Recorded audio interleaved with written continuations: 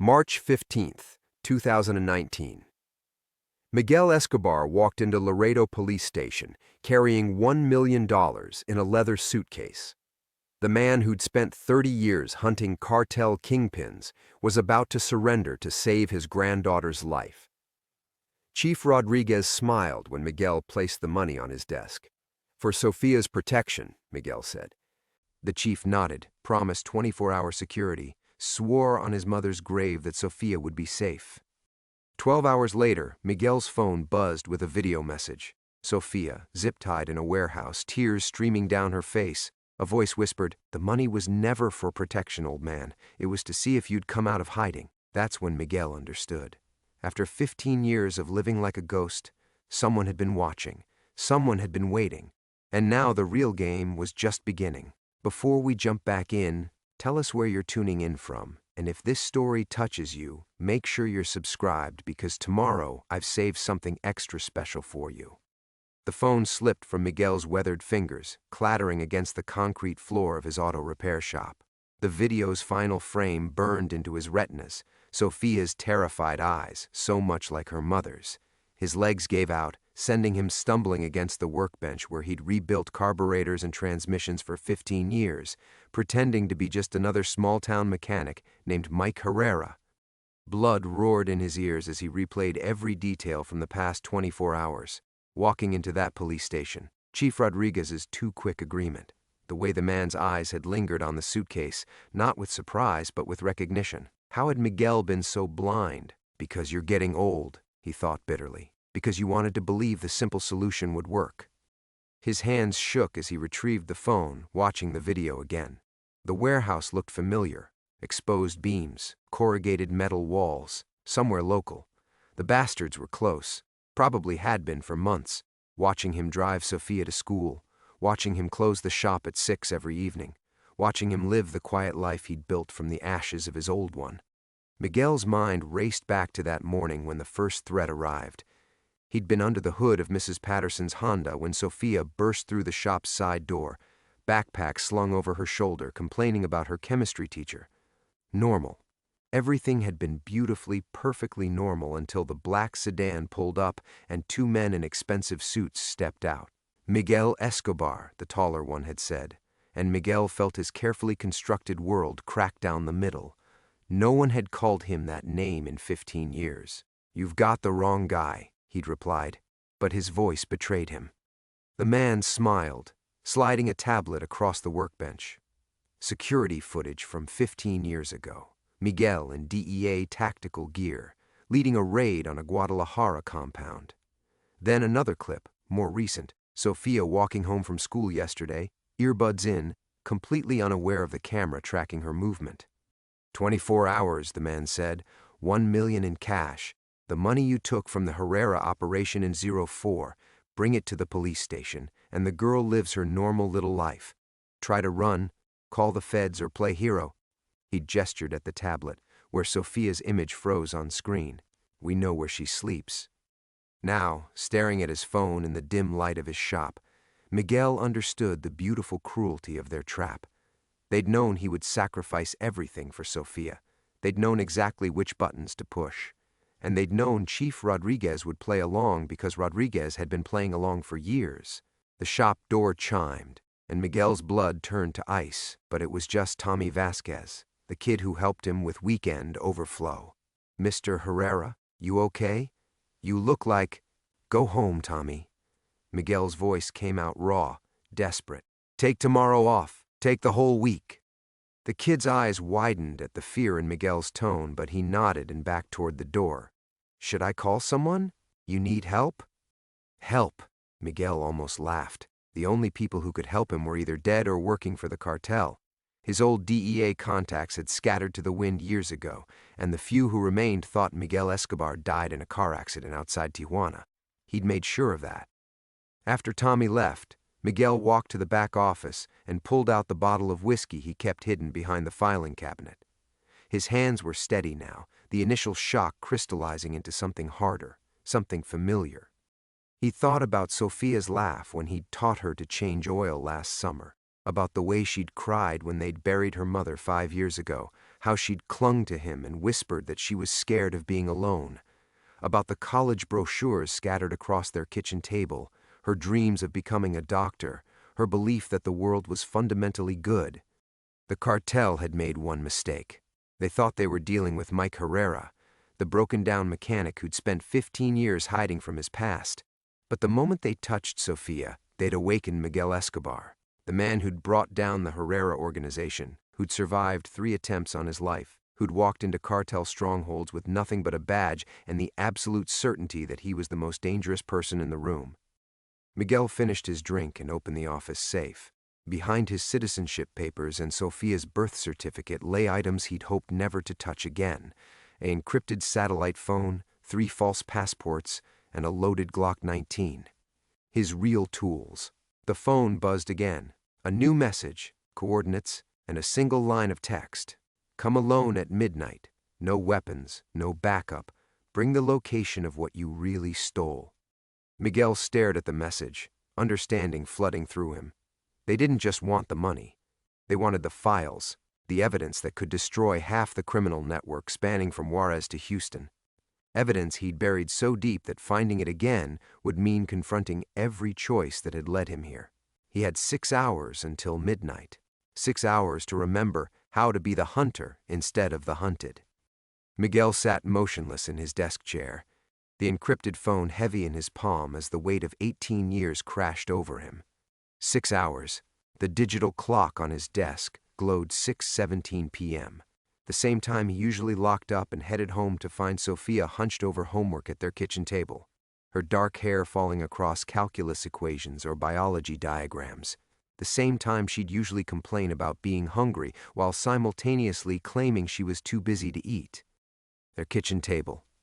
Miguel's chest tightened as he pictured the college brochures still scattered across its scarred wooden surface. At Austin, Rice, Baylor College of Medicine. Sofia had arranged them in careful piles, organized by application deadlines and acceptance rates, her future mapped out in glossy photographs of campus quads and smiling pre-med students. She'd been accepted to 3 programs already. The acceptance letters were tucked into the frame of her mirror, visible proof that her dreams were within reach. Now those brochures might become monuments to a future that would never exist. The shop felt different in the growing darkness, shadows stretching between the lifted cars like accusing fingers. This place had been his sanctuary for 15 years, every tool precisely where he'd left it, every repair bay holding memories of honest work. Mrs. Patterson bringing him homemade tamales at Christmas, old Mr. Chen teaching him how to properly rebuild a transmission on his ancient pickup. Sofia spending summer afternoons here, initially bored but gradually fascinated by the mechanical puzzles Miguel solved with his hands. She'd been 8 when he first brought her here after her mother's funeral. Carmen had been 26, beautiful and broken, another casualty of the life Miguel had tried to leave behind. The overdose wasn't accidental. The heroin had been too pure, too clean, the kind of message the cartels sent to former enemies who thought geography could erase blood debts. Miguel had found his daughter's body in their old apartment in El Paso, Sofia curled up beside her on the couch, still wearing her school uniform and clutching a picture book about dinosaurs. The 8-year-old had been there for 6 hours talking to her mother, asking why she wouldn't wake up. That's when Miguel realized his past hadn't just followed him. It had poisoned everything he touched. So he'd changed their names, bought this shop with cash buried in a storage unit, and started over. Mike Herrera, small-town mechanic. Sofia Herrera, honor student and aspiring doctor who knew her grandfather had once worked in law enforcement, but never pressed for details. Miguel had crafted their quiet life with the same methodical precision he once used to build cases against international drug syndicates. The office walls were lined with photographs that told the story of those careful years. Sofia's first day at Redland Elementary, gap-toothed and clutching a Batman lunchbox. Her middle school graduation, serious and proud in her cap and gown. Last month's photo from the science fair, where she'd won first place for a project on antibiotic resistance. In every picture, she was smiling. Safe. Normal. Normal. The word felt like a cruel joke now. Miguel's fingers traced the edge of a framed snapshot from Sophia's 16th birthday last year. He'd surprised her with a rebuilt 1967 Mustang. Nothing flashy, just a reliable car he'd spent 6 months restoring. Her face in that moment, pure joy and disbelief, had been worth every hour he'd spent bleeding over the engine. She'd thrown her arms around his neck and whispered, "Thank you for taking care of me, abuelo." Taking care of her. He'd failed at the one thing that mattered most.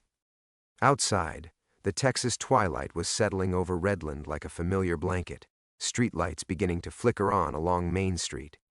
In a few hours, Sophia should have been walking through their front door, complaining about her English teacher, or asking him to quiz her on anatomy terms.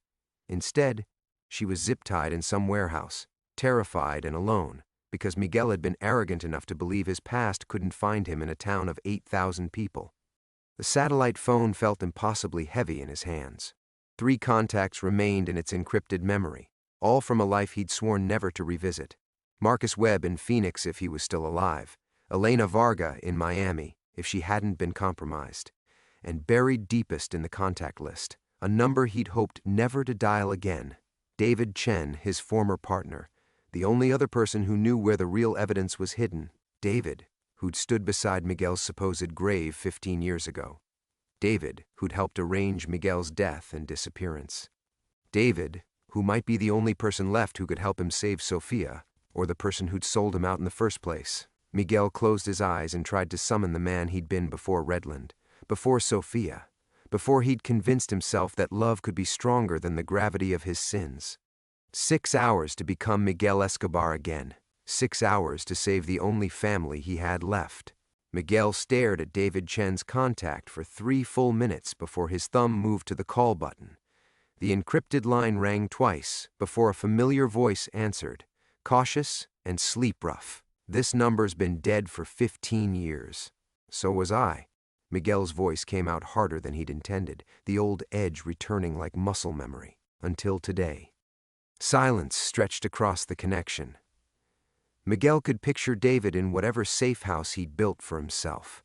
Probably something sterile and defensible. Windows that overlooked escape routes, walls thick enough to stop rifle rounds. They'd been partners for 6 years, close enough that Miguel could read David's breathing patterns over a phone line. Jesus Christ. David's exhale carried 15 years of weight. "Miguel, where are you? Are you safe?" The question hit wrong. Too quick, too concerned. Miguel felt the familiar paranoia creep up his spine, the instinct that had kept him alive through a dozen cartel wars. In the old days, David would have led with operational questions. Who knew Miguel was alive? What had compromised his cover? How much exposure they were facing? Personal concern came later, if at all. "They have Sophia." "Who's Sophia?" Miguel closed his eyes. David didn't know about his granddaughter, which meant either David wasn't the leak, or he was a better actor than Miguel remembered. "My family. They want the Guadalajara files." The line went silent again, but this time Miguel could hear David moving, the soft sounds of a man reaching for weapons and checking sight lines. Good. That reaction felt genuine. "Those files were buried 18 years ago," David said finally. "Half the people who knew they existed are dead." Not deep enough, apparently. Miguel pulled up the warehouse coordinates on his phone. "Someone's been watching me for months, maybe years. They knew exactly where to find me, exactly what pressure to apply. Where are you?" Miguel hesitated. Trust had been simpler when they were both young agents convinced they were saving the world. Now trust was a luxury he couldn't afford, not with Sophia's life hanging in the balance. But David was the only person left who knew the whole story, the only one who understood what those files really contained. Texas. Small town called Redland, about 40 miles from El Paso. Shit, Miguel. You've been living on the border? With your face? With what you know? I thought Mike Herrera was buried deep enough. Mike Herrera? David's voice carried a note Miguel couldn't read. Surprise, maybe, or recognition. How long have you been using that name? The question felt wrong. David had helped create Mike Herrera's identity, had personally burned Miguel Escobar's file and scattered the ashes. They'd spent 3 days in a Phoenix safe house crafting the legend, building a background solid enough to pass federal scrutiny. David should remember every detail. Unless 15 years had changed more than Miguel realized. Unless the careful man he'd trusted with his life had been compromised somewhere along the way. Long enough, Miguel said carefully. I need extraction protocols for a civilian. Clean papers, safe transport, the full package. That's not how this works anymore. David's tone shifted, becoming more formal, more distant. The networks we used are gone. The people we trusted are dead or retired. I can't just snap my fingers and make someone disappear. Then what the hell good are you? The words came out brutal and immediate, carrying 2 decades of suppressed anger. Miguel had spent 15 years in exile while David climbed the DEA ladder, eventually landing a deputy director position in Washington before taking early retirement. David had testified at congressional hearings about Miguel's heroic sacrifice, had used Miguel's death to build a reputation as an agent who understood the true cost of fighting cartels. I'm trying to help you, David said, but his voice carried an edge now. But I need to understand what we're dealing with. Who made contact? How did they find you? Miguel described the morning's encounter, the video message, the warehouse coordinates. As he talked, he found himself studying David's responses, listening for tells he'd learned to read years ago. David asked good questions, professional questions, but something felt rehearsed about his shock. The police chief, David said when Miguel finished. Rodriguez. You're sure he's compromised? He took $1 million in cartel money without blinking. Either he's the world's most trusting cop, or he was expecting the delivery, $1 million. David's voice went quiet. They think you still have the Guadalajara money. I do have it, most of it. Hidden where even God couldn't find it. Miguel heard something in the background, a door closing maybe, or footsteps on hardwood. David was moving again, but not like a man preparing for action, more like someone trying to get out of earshot. Miguel, listen to me very carefully. Those files aren't just evidence anymore, they're a weapon. Half the names in there are running major operations now, the other half are sitting in government positions. If that intelligence surfaces, the line went dead. Miguel stared at the phone, his blood turning to ice water. In 6 years of partnership, David Chen had never hung up on him. Not once. His former partner wasn't trying to help him. David was trying to bury him. Miguel's hands trembled as he stared at the silent phone, the familiar weight of betrayal settling in his chest like a tumor. For 18 years, he'd believed David Chen was the one person who'd stayed clean, the one partner who'd chosen honor over money. Now he understood the careful cruelty of the trap they'd built around him, every escape route sealed by someone who knew exactly how Miguel Escobar thought. He set the phone down and walked to the shop's front window, peering through the blinds at Main Street. Everything looked normal. Mrs. Patterson's porch light glowing yellow across the street, the Martinez family's television flickering blue through their living room window, Tommy's beat-up Honda still parked outside the diner where he'd probably gone for his usual Tuesday night burger. Normal people living normal lives, completely unaware that a ghost from the cartel wars was standing 20 feet away, bleeding secrets into their quiet world. Miguel pulled back from the window and began pacing the length of the garage, his mind racing through possibilities. If David was compromised, who else had been feeding information to the cartels? How many of their old operations had been burned from the inside? How many agents had died because David Chen decided his government pension wasn't enough? The shop's landline rang, shrill and sudden in the darkness. Miguel's pulse spiked as he stared at the ancient phone mounted beside his workbench. Nobody called the shop after hours except Sophia, and Sophia. He grabbed the receiver on the 3rd ring. Herrera Auto. Mr. Herrera? The voice was young, nervous. Tommy's younger brother, Eddie. Sorry to bother you, but Tommy asked me to call. He's been trying to reach you, but your cell's going straight to voicemail. Miguel's stomach clenched. He'd turned off his regular phone hours ago, but Tommy didn't know that. Tommy, who'd been like a son to him for 3 years, who'd learned everything Miguel could teach him about engines and life. Tommy, who was supposed to be safe at home, far away from whatever was coming. What does he want? He said some guys came by the diner asking about you. Nice suits, expensive car. They were asking Rosa behind the counter about your schedule, when you usually close up, stuff like that. The words hit Miguel like ice water. They weren't content to wait until midnight. They were mapping his movements, his relationships, his vulnerabilities. Soon they'd be talking to Sofia's teachers, her friends, anyone who might know where she'd go if she managed to escape. Eddie, listen to me carefully. Tell Tommy to go home and lock his doors. Tell him not to come to work tomorrow, and not to talk to anyone else about me. Can you do that? Mr. Herrera, you sound... Just do it. Please. Miguel hung up before the kid could ask more questions. His reflection stared back at him from the dark window. A 62-year-old man with calloused hands and graying hair, wearing the face of Mike Herrera but carrying the sins of Miguel Escobar. For 15 years, he'd convinced himself the transformation was real. That love could reshape a man's soul the same way time reshaped his face. But Sofia was gone, and the cartels had found him, and David Chen had just reminded him that trust was a luxury only dead men could afford. The shop suddenly felt exposed, vulnerable. Too many windows, too many ways in. Miguel walked to the office safe and removed the Glock, checking the magazine with practiced efficiency. 15 rounds, plus 1 in the chamber. Enough to buy time, maybe, but not enough to win a war. His phone buzzed against the workbench. A text message from an unknown number. Midnight still stands. Come alone. Any deviation and the girl dies screaming. Attached was a video file 3 seconds long. Sofia, zip-tied to a chair in what looked like a warehouse, her school clothes torn and dirty.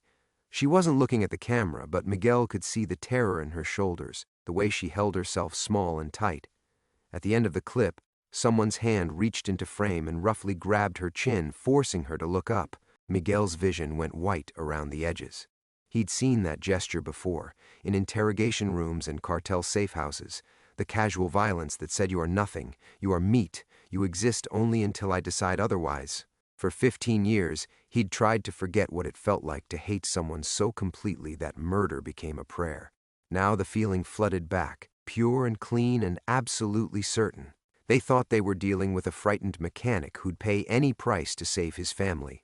They were wrong. Miguel Escobar had spent 6 years hunting animals exactly like them. And unlike David Chen, unlike Chief Rodriguez, unlike every other person who decided Sofia was acceptable collateral damage, Miguel remembered how to be the monster the situation required. The clock read 9:47 p.m. 2 hours and 13 minutes until midnight.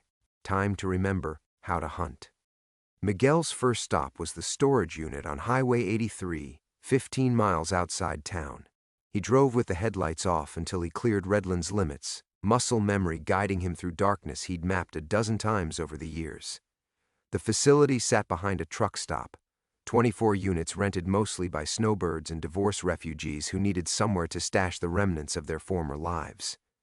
Unit 47 looked identical to the others. Corrugated steel, combination lock, big enough for furniture or broken dreams.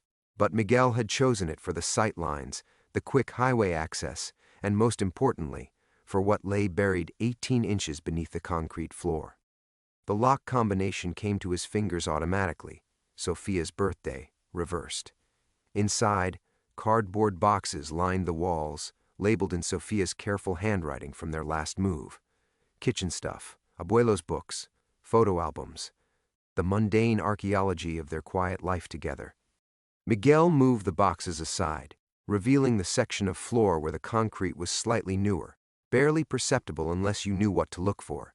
He'd poured it himself 8 years ago, working through a sweltering August night with a bag of quick-set cement and the kind of methodical patience that made good mechanics and dead agents.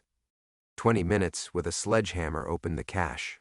Inside the waterproof case, $300,000 in cash, 4 clean passports, 2 handguns that had never been fired, and a hard drive containing enough evidence to collapse 3 governments and execute half the DEA's most trusted sources. The Guadalajara files. 18 years of deep cover work condensed into terabytes of bank records, photographs, wire recordings, and shipping manifests. Names, dates, routes, and most damning of all, the complete organizational chart of La Hermandad, the Brotherhood, a cartel network that had grown from regional drug runners into a multinational empire worth more than most small countries. Miguel powered up the encrypted laptop and scrolled through files he'd hoped never to see again. There was Joaquin Vasquez, now a respected businessman with holdings across 3 states, standing beside a table covered in plastic explosives. Elena Ruiz, current mayor of a border city, signing off on execution orders like grocery lists. And on page 47 of the personnel files, a photograph that made Miguel's blood freeze. David Chen shaking hands with Salvador Mendoza, La Hermandad's financial architect, outside a Phoenix hotel. The timestamp read March 15, 2006. 2 months before Miguel's supposed death. David hadn't been compromised recently. He'd been dirty from the beginning. Miguel's phone buzzed. Another message, this time with an audio file. Sofia's voice, small and terrified. "Abuelo, please don't come. They're not." The recording cut off with the sound of someone laughing. The laugh was distinctive, cultured, the kind that belonged to men who tortured people in expensive suits. Miguel had heard it before, in the safe house outside Guadalajara, where he'd spent 3 weeks building the case that was supposed to destroy La Hermandad forever. The voice belonged to Carlos Mendoza, Salvador's younger brother, a psychopath who collected fingers from his victims and kept them in mason jars. Carlos had supposedly died in a DEA raid 6 months after Miguel's disappearance. Another lie, another carefully constructed fiction. How many other dead men were still breathing? How many ghosts that he'd helped create were now coming home to collect their debts? Miguel closed the laptop and loaded the cash into a duffel bag, keeping one of the clean Glocks and leaving everything else buried. The storage unit held too many memories now, too much evidence of the man he'd tried to stop being. After tonight, he'd never see this place again. Whether he saved Sofia or died trying, Mike Herrera's carefully constructed life was finished.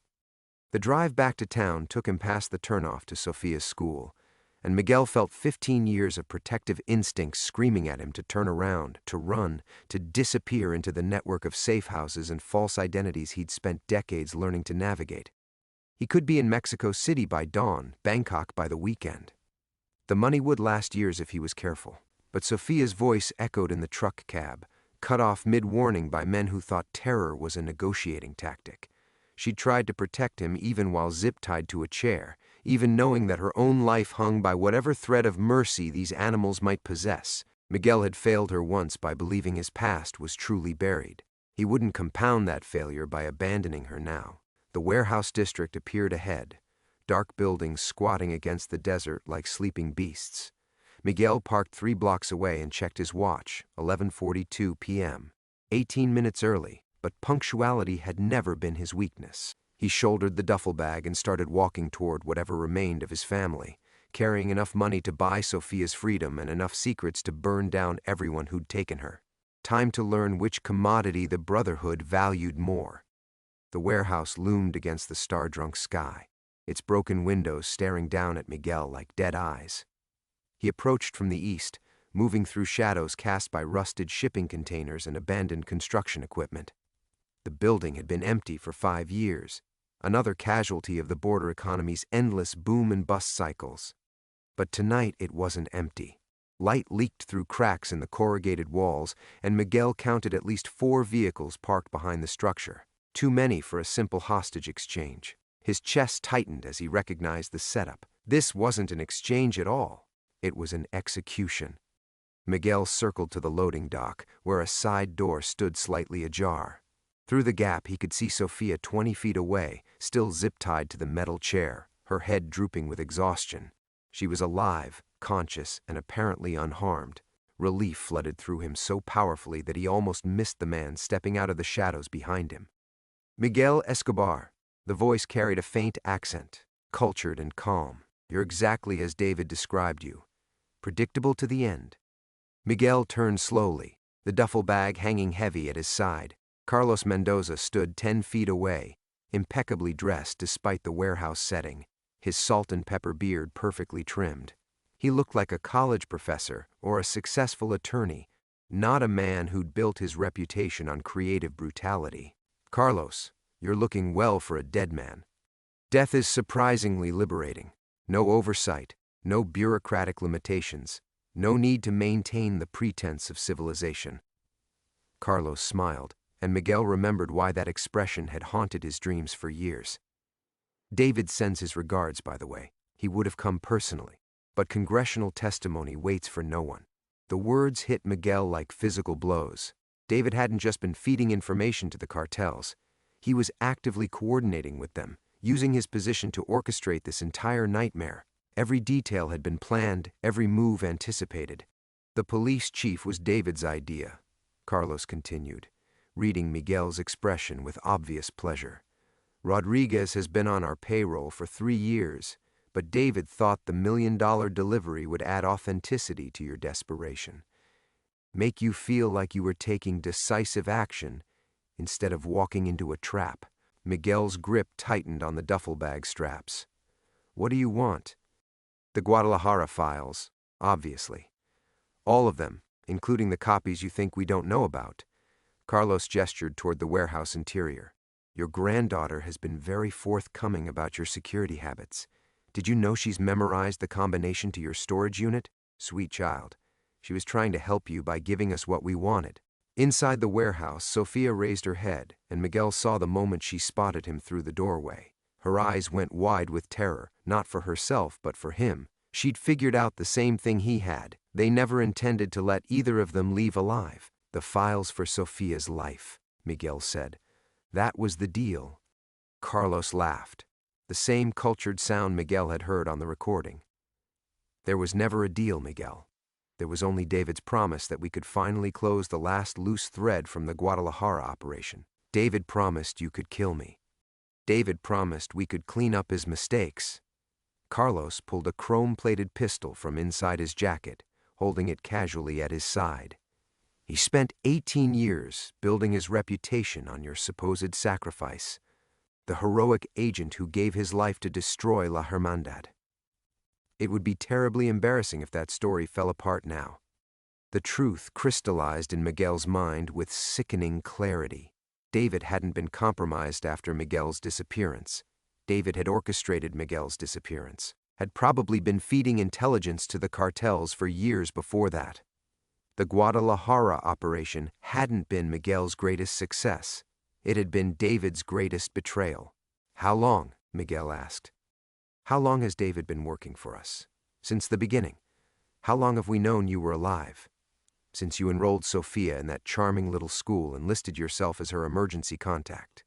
How long have we been planning this reunion? Carlos checked his watch. Approximately 6 years.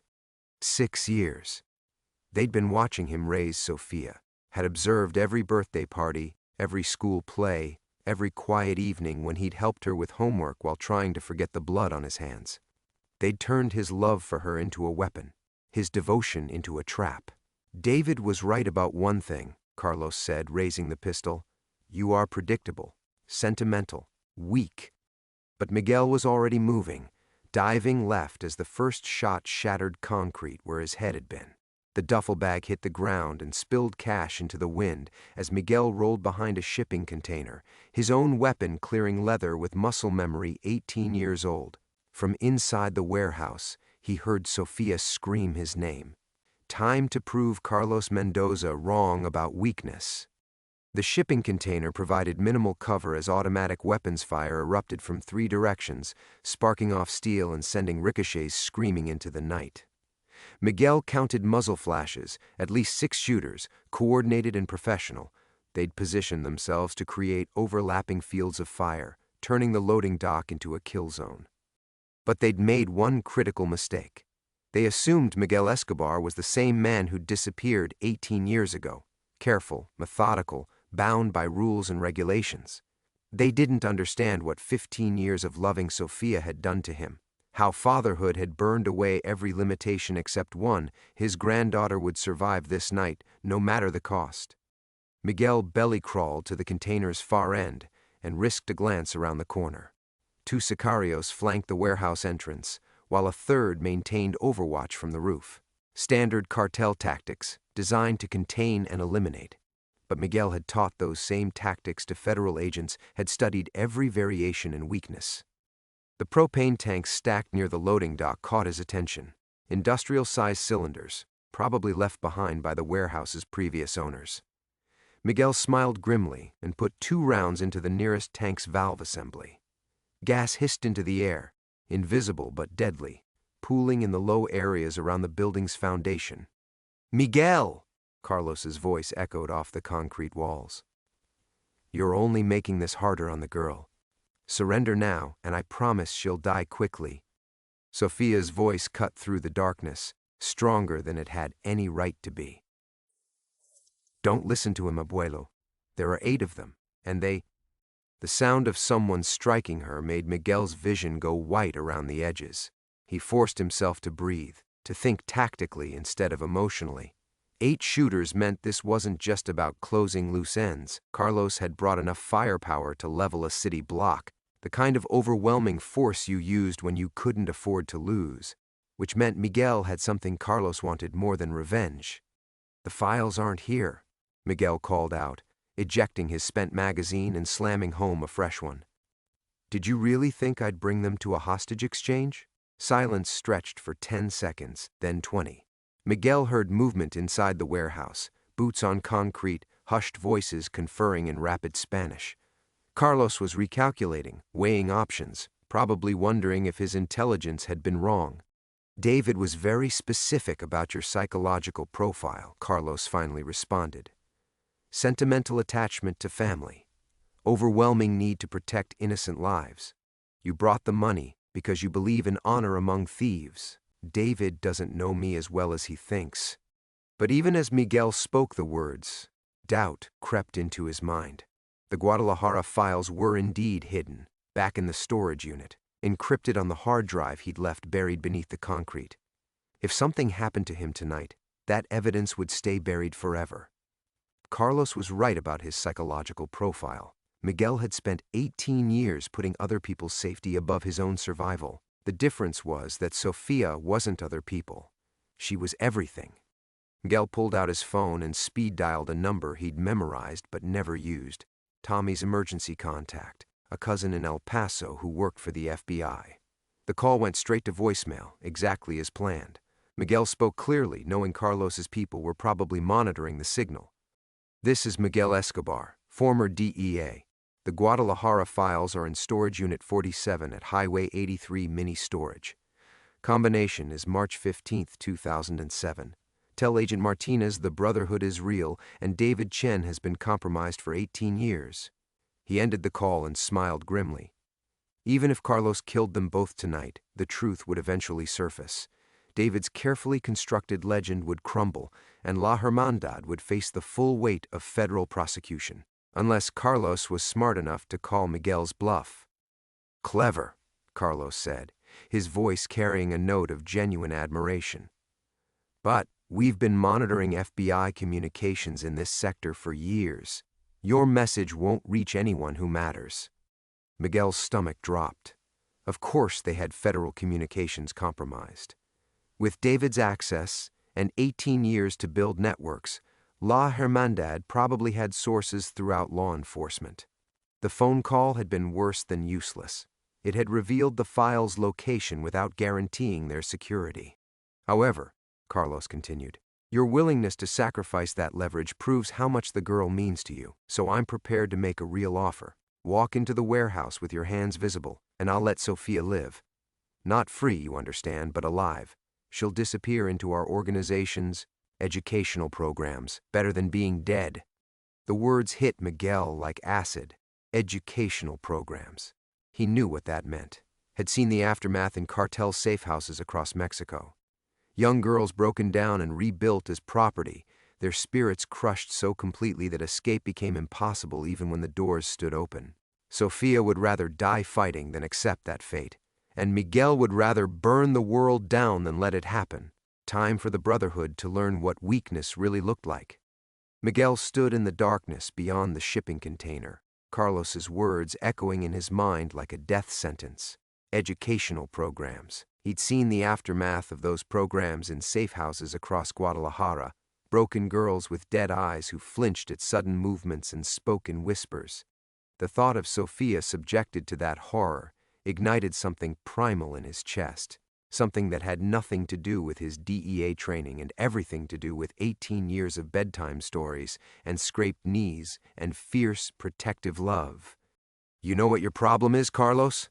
Miguel called out, his voice carrying across the loading dock with deadly calm. You think love makes people weak. He pulled a road flare from his jacket, old habits from desert stakeouts, and struck it against the concrete. The red flame hissed to life, casting dancing shadows across the scattered cash. But you're wrong. Miguel stood, making himself visible, the flare held high. Love doesn't make you weak. It makes you absolutely fucking fearless. He threw the flare toward the propane tanks. The explosion lit up the night like a miniature sun, sending a shockwave that shattered windows 3 blocks away. The blast caught 2 sicarios in the open, their screams lost in the roar of flame that engulfed the loading dock. Miguel was already moving, sprinting toward the warehouse's side entrance as burning debris rained down around him. Inside, chaos reigned. The explosion had buckled part of the warehouse wall, and smoke poured through the gaps. Miguel found Sofia still zip-tied to the chair, her eyes wide but alert. She wasn't crying. His granddaughter had inherited her mother's steel spine along with her dark eyes. Abuelo? Not a word, Miguel whispered, cutting her restraints with his tactical knife. Stay behind me, move when I move, and if I tell you to run, you run. Understand? Sofia nodded, her small hand finding his. Through the smoke, Miguel could hear Carlos shouting orders in Spanish, trying to regroup his remaining men. The explosion had bought them seconds, maybe a minute, not enough time to escape, but enough to change the rules of engagement. David told me about your daughter, Carlos's voice carried through the haze, closer now. The overdose, the guilt, the way you blamed yourself for being an absent father. Is that why you're so determined to fail Sofia too? The words hit their mark, striking the wound Miguel had carried for 15 years. He'd been chasing ghosts across Mexico when Isabella died, building cases while his daughter built a habit that eventually killed her. The knowledge that Sofia might die because of his past, because of choices he'd made before she was even born, nearly brought him to his knees. But Sofia squeezed his hand, and when Miguel looked down, he saw something that stopped his heart. She wasn't looking at him with fear or accusation. She was looking at him with absolute trust, the same expression she'd worn as a 5-year-old when he'd promised to keep the monsters away. He's wrong, Abuelo, she whispered. You never failed anyone. You saved me. And in that moment, Miguel understood the truth Carlos would never grasp. Weakness wasn't loving someone more than yourself. Weakness was being so afraid of loss that you forgot what you were fighting for. David had been weak, corrupting everything he'd touched to preserve his own reputation. Carlos was weak, needing an army to kill an old man and a teenage girl.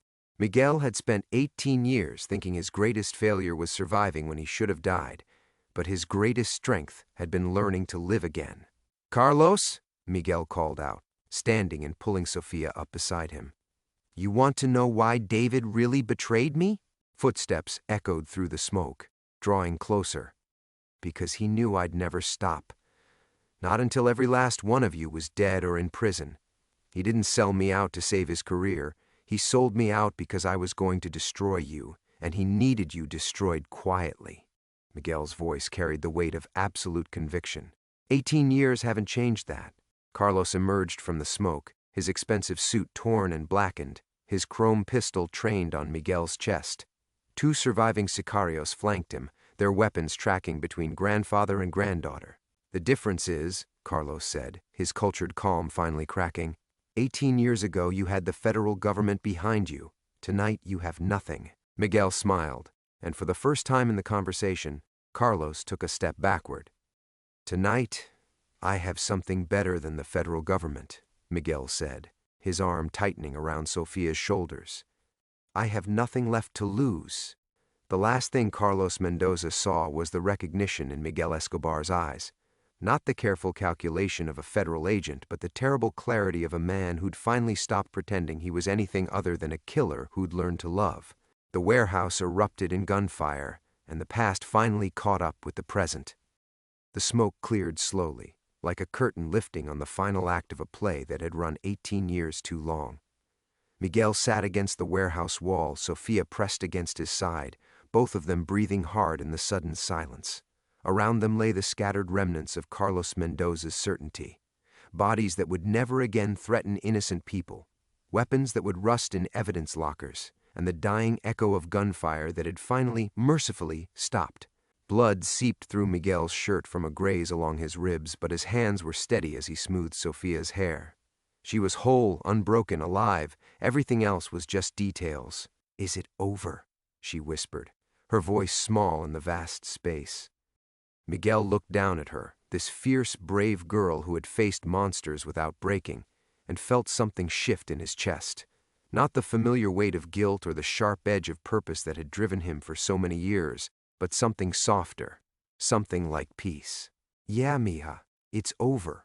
The sirens began as distant wails, growing closer with each passing minute.